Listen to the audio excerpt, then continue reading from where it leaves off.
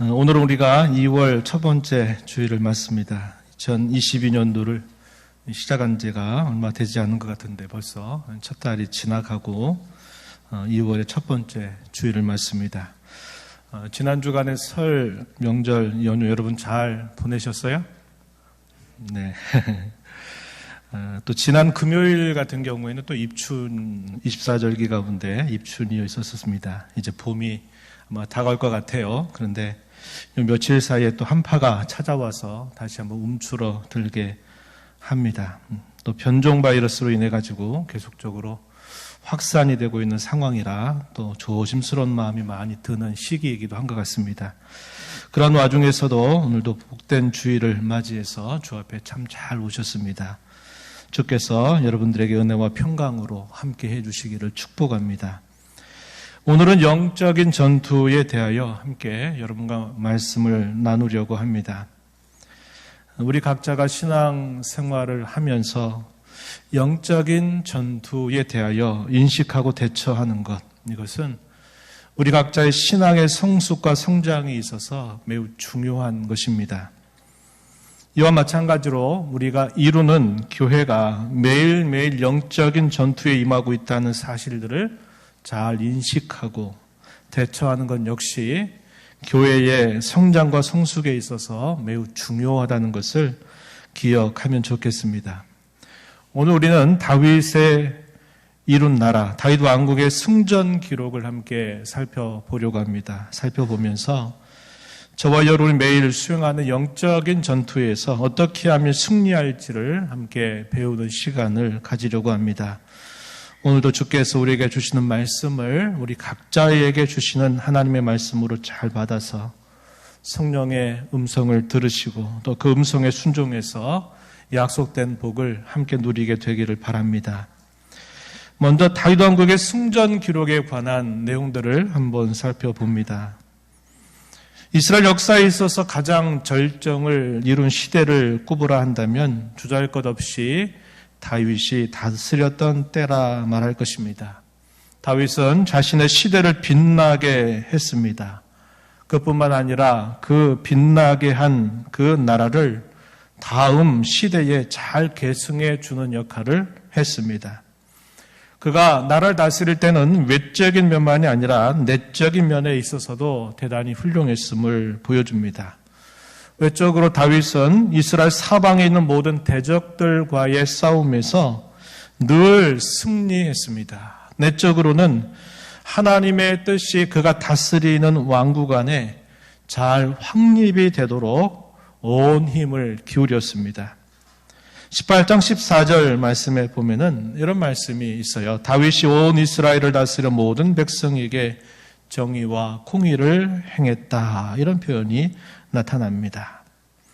다윗 왕국의 승전 기록은 이 역대상 18장에서부터 20장까지 소개가 되고 있는데 그 내용을 세 가지로 정리해 볼 수 있습니다. 첫 번째는 동서남북 사방의 모든 대적들과의 전쟁에서 승리했다라는 내용이 역대상 18장에 기록이 되고 있어요.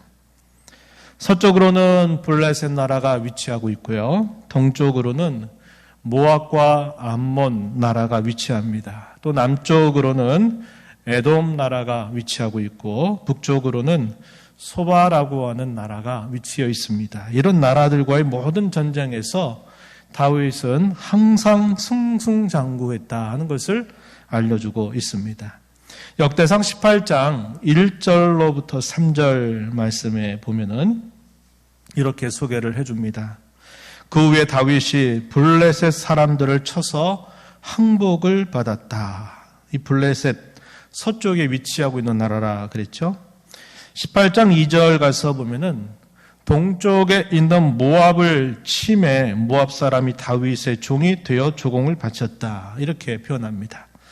3절 가서 보면은 북쪽에 있었던 소바 왕 하닷 에셀이 유브라데 강가에서 자기 세력을 펴고자 하며 다윗이 그를 쳐서 하마까지 이르렀다. 이렇게 표현을 하고 있습니다. 또 18장 12절 가서 보면은 남쪽에 있는 에돔 나라에 관한 승전 기록이 소개가 됩니다. 18장 12절 가서 보시면요. 수리아의 아들 아비새가 소금 골짜기에서 에돔 사람 18,000명을 쳐 죽인지라 이렇게 표현이 되어 있어요. 그래서 동서남북 사방에 있는 모든 대적들과의 싸움에서 한 번도 패배할 줄 모르고 계속적으로 승리했다라는 것을 알려주고 있습니다. 다음으로는 이 암몬과 아람 동맹군들과의 전쟁에서도 다윗은 승리를 하게 됩니다. 이에 대한 기록이 역대상 19장에 소개가 되어 있는데요. 암몬 나라는 이스라엘의 동쪽에 위치한 나라라 그랬습니다. 당시에 암몬의 왕이었던 한온은 자신의 아버지 선왕을 조문하러 온 이스라엘의 사절단들을 향해서 정탐꾼이다라고 말하면서 그 사절단에게 욕을 보이고 매우 수치스럽게 한 행위를 함으로써 다윗과 전쟁을 벌이게 되었습니다. 당시 이 암몬 나라는 많은 돈을 들여서 아람의 동맹군들을 용병을 샀습니다. 용병을 기용을 해서 그 전쟁에 나가게 되는데 여호와 신앙으로 용리백배한 이스라엘 군사들을 당해낼 수가 없었습니다. 이 아람의 동맹군들은 이스라엘 군사들을 보자마자 도망치게 되었고 이 아람의 동맹군들이 도망치는 것을 봤던 이 암몬의 군사들도 사기가 땅에 떨어지면서 도망치게 된 겁니다. 그래서 싸움 한번 제대로 싸워보지도 못한 채 그들은 패배하고 물러설 수밖에 없었다는 것을 보여줍니다. 역대상 19장 6절 이하에 가서 보면 이렇게 말해요. 암몬 자손이 자기가 다윗에게 믿게 한 줄 안지라.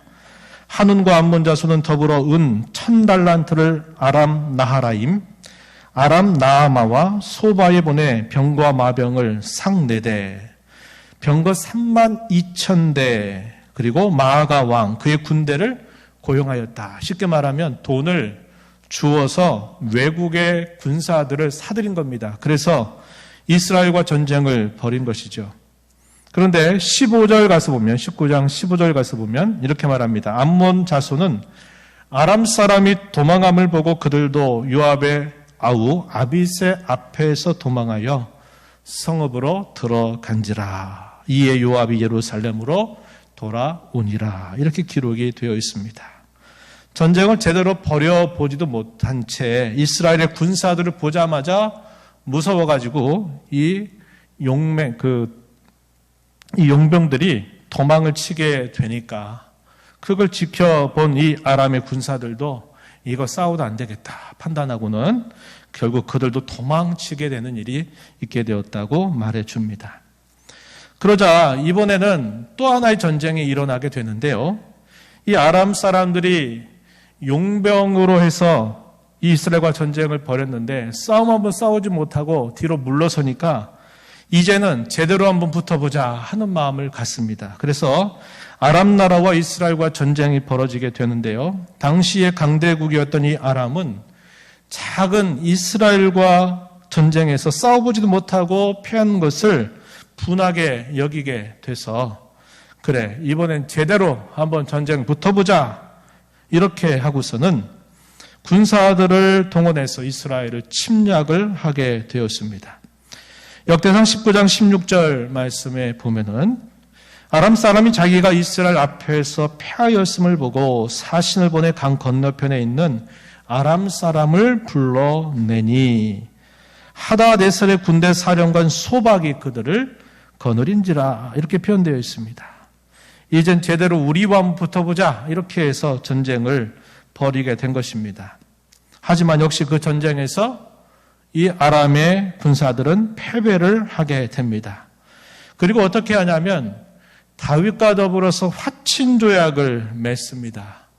우리가 다윗이 이끄는 이 나라와 싸워봤자 우리는 이겨낼 수가 없다 이렇게 생각을 하고서는 화친조약을 맺게 된 거예요. 그리고서는 다시는 우리가 아람 사람들의 도움을 결코 우리가 받아들이지 않겠다. 아람 사람이 아무리 많은 돈을 주고 우리에게 도움을 요청해도 다시는 결코 군사들을 보내지 않겠다. 이런 태도를 갖게 되었습니다. 19절 말씀에 가서 보면은 이렇게 말합니다. 하다데셀의 부하들이 자기가 이스라엘 앞에서 패하였음을 보고 다윗과 더불어 화친하여 섬기고 그 후로는 아람 사람이 암몬 자손 돕기를 원하지 아니하였더라. 이렇게 기록을 보여주고 있어요.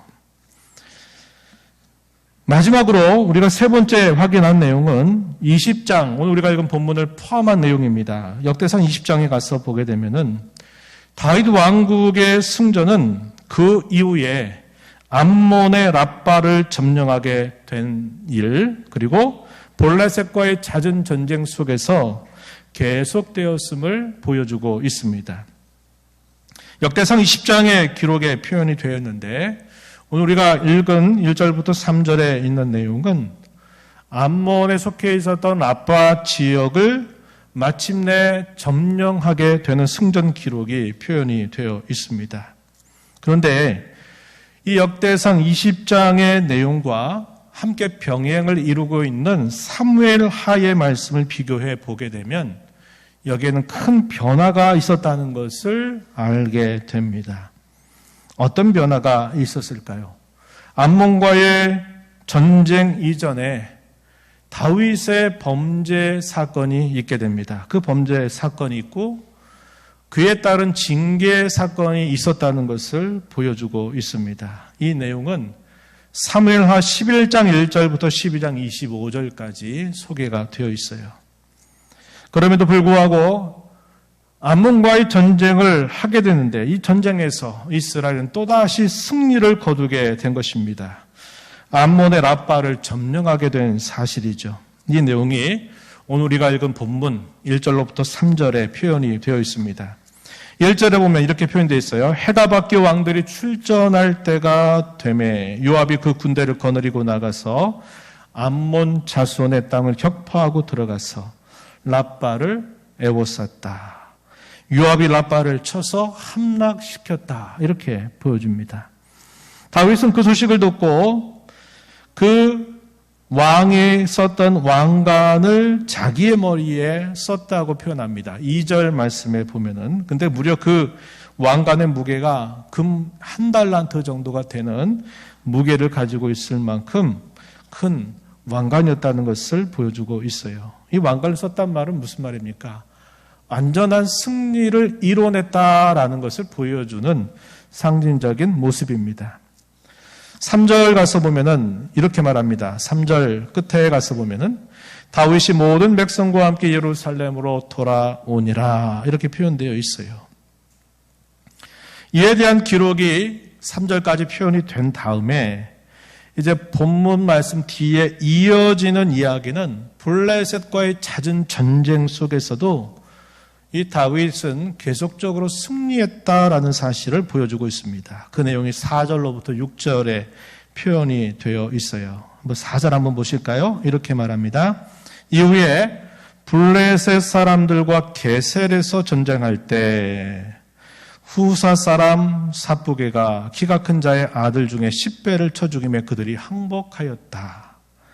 5절에서는 다시 블레셋 사람들과 전쟁할 때 엘하난이 가드 사람 골리앗의 아우였던 라흐미를 죽였다. 이렇게 표현되어 있습니다.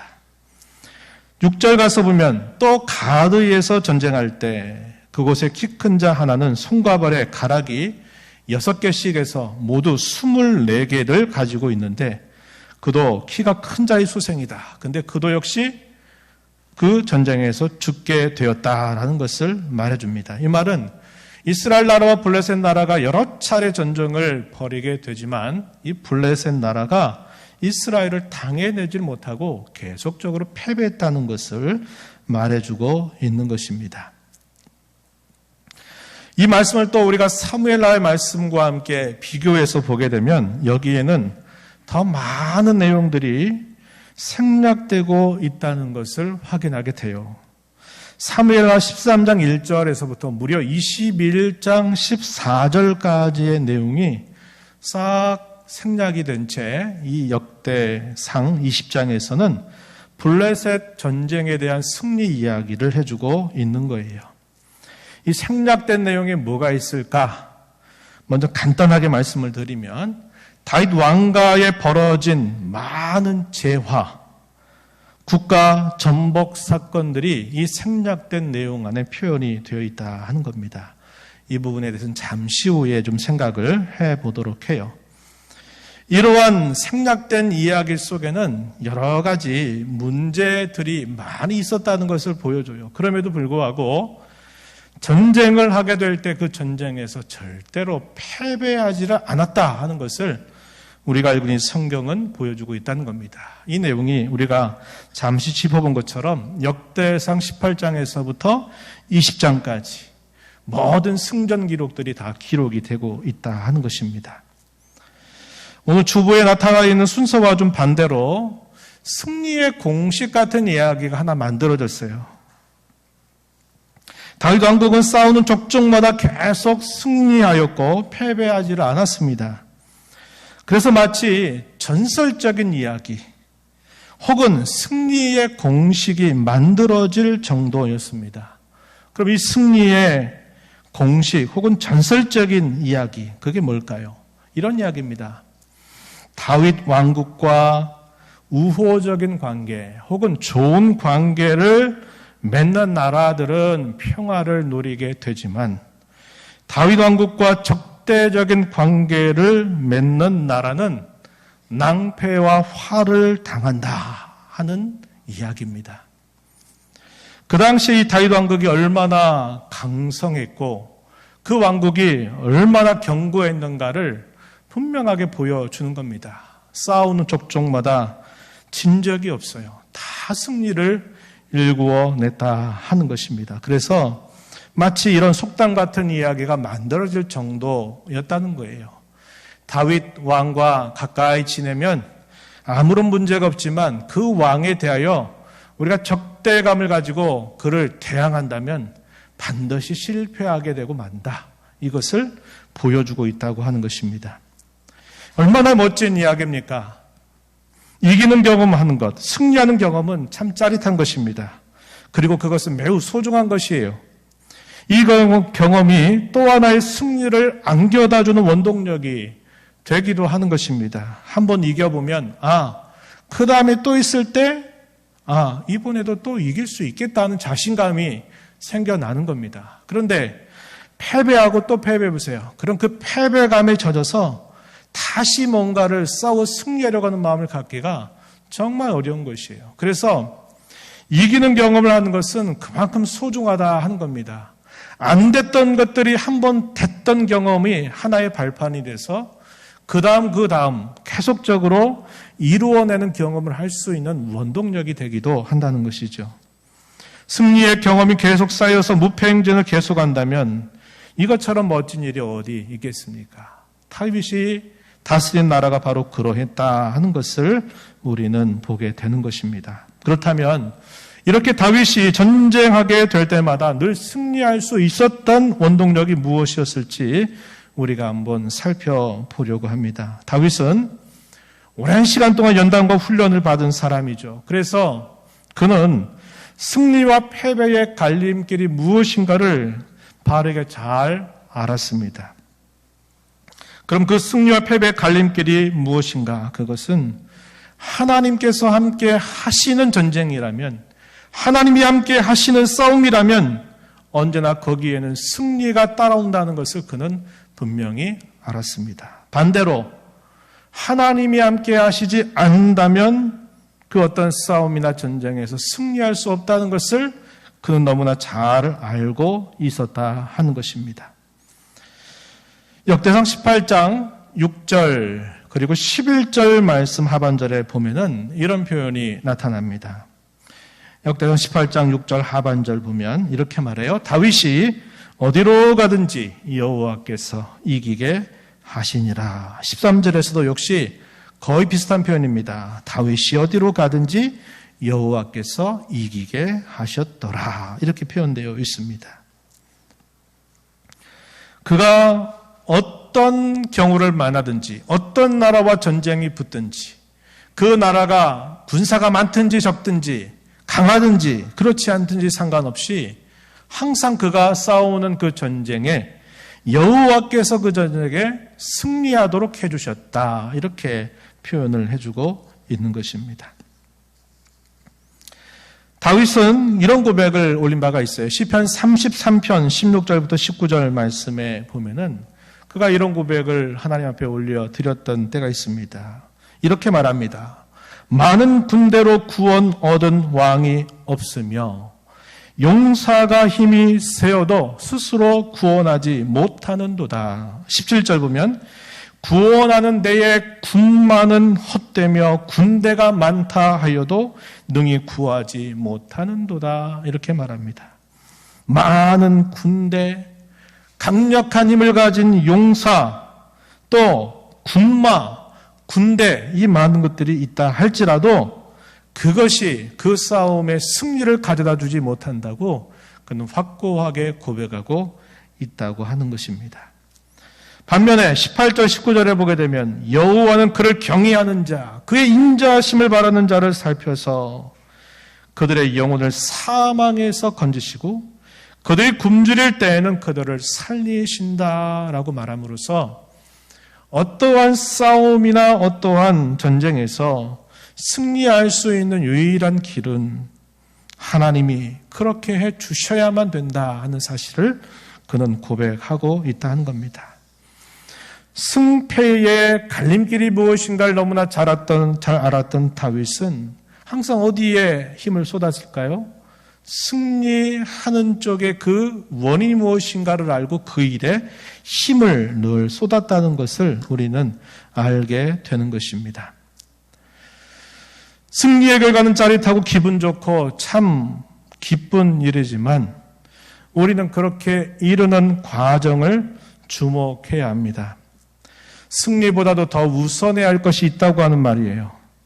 다윗에게는 아무런 문제가 없었을까요? 그렇습니까? 아니요. 문제가 많았어요. 그리고 그 정도에 있어서는 매우 컸습니다.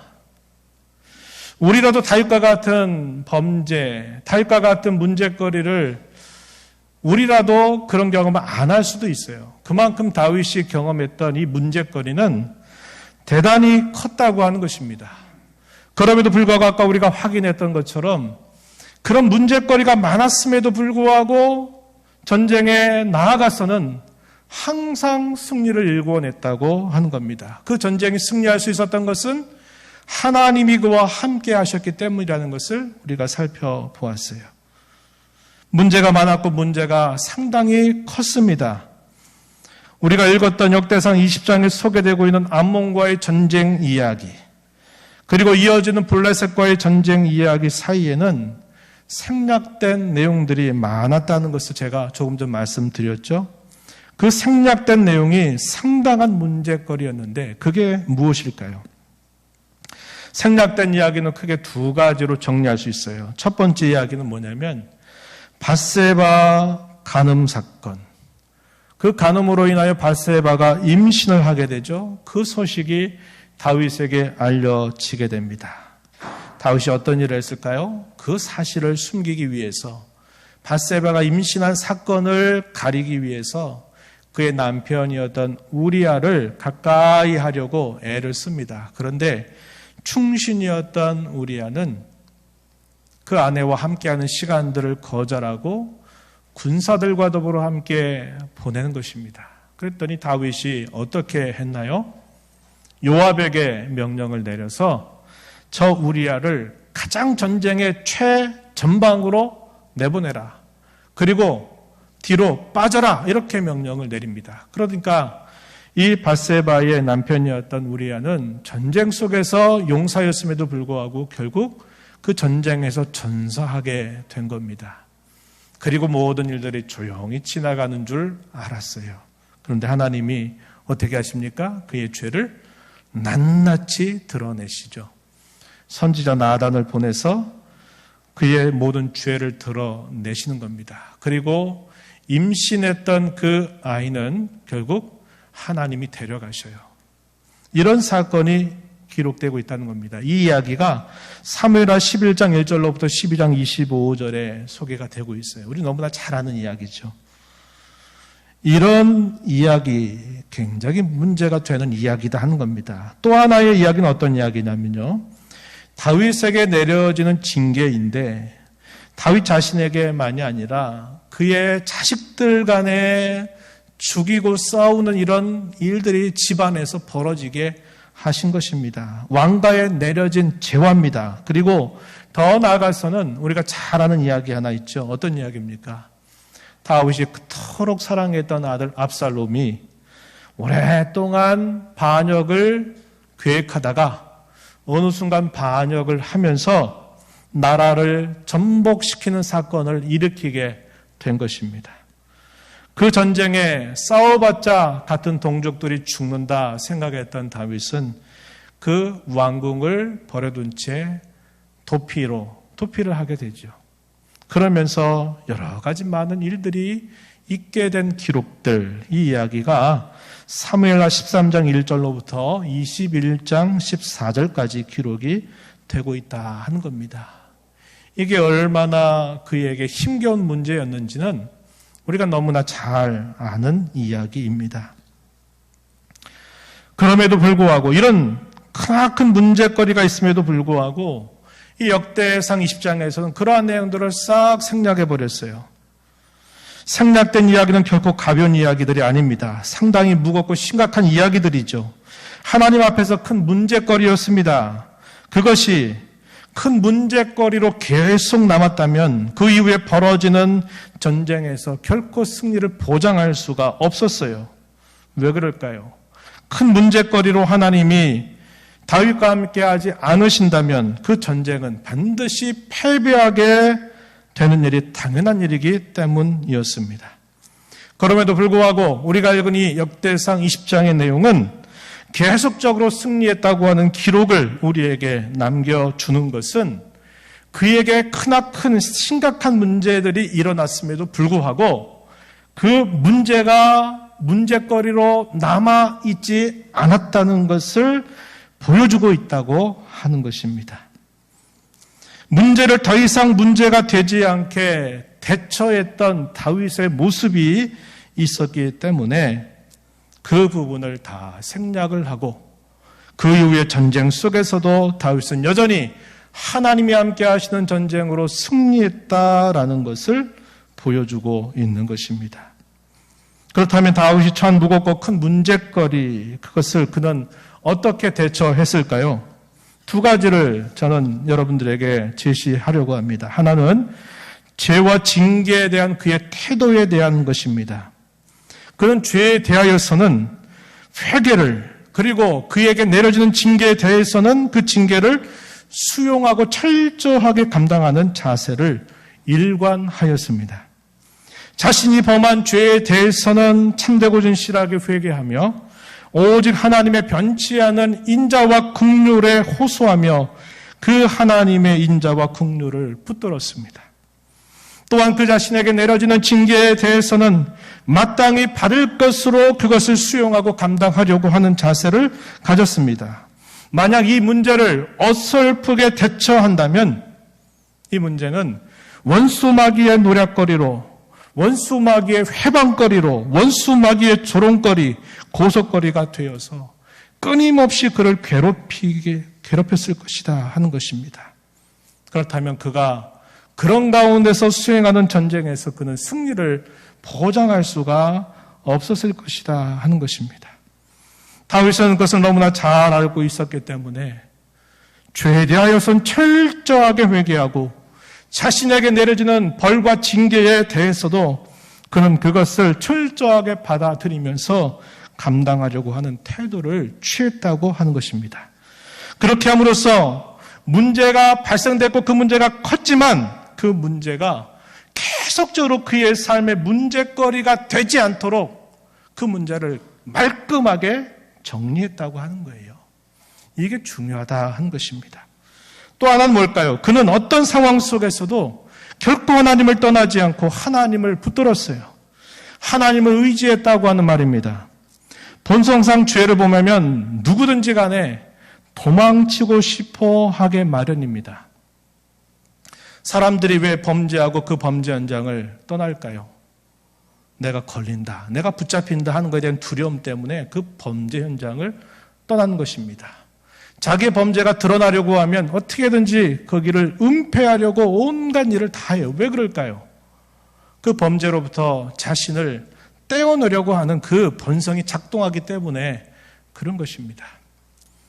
오늘날 세상의 법정은 누가 봐도 다 죄를 범했다는 심증적인 확신이 있음에도 불구하고 증거를 은폐하고 증거를 가려놓으면 법정에서 어쩔 수 없이 무죄로 판정되면 아이고 됐다라고 생각하면서 살아가요. 이게 부패한 사람들의 누가 다 갖는 본성입니다. 우리도 마찬가지예요. 내가 하나님 앞에 죄를 범하잖아요. 그럼 하나님 얼굴 뵐 면목이 사라지니까 어떻게든지 그 자리 피하려고 합니다. 만나는 자리, 예배하는 자리, 기도하는 자리, 하나님을 대면하는 자리가 껄끄러워지게 돼 있어요. 이건 모든 사람의 본성이에요. 다윗은 안 그랬을까요? 다윗도 그랬어요. 그러나 그가 갖는 중심 무엇입니까?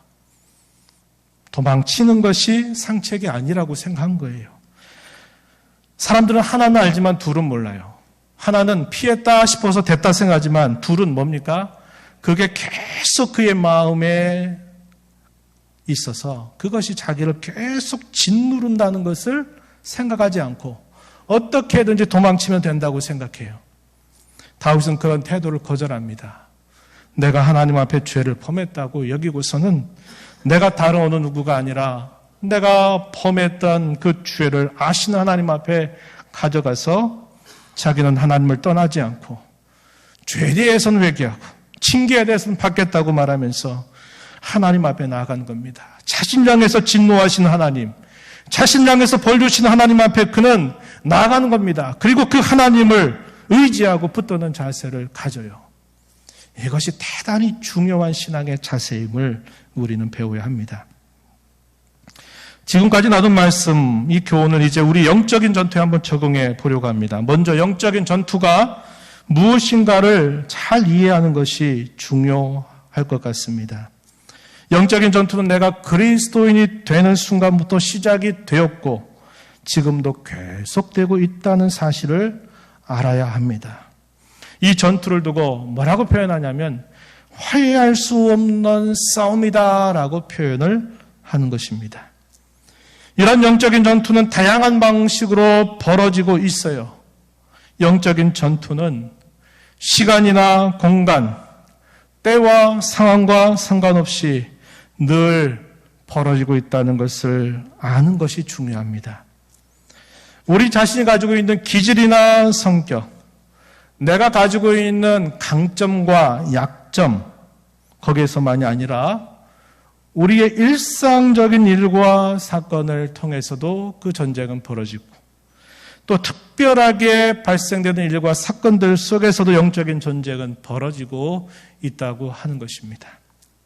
가장 거룩해 보이는 현장에서도 그 영적인 전투는 치열하게 벌어지고 있어요.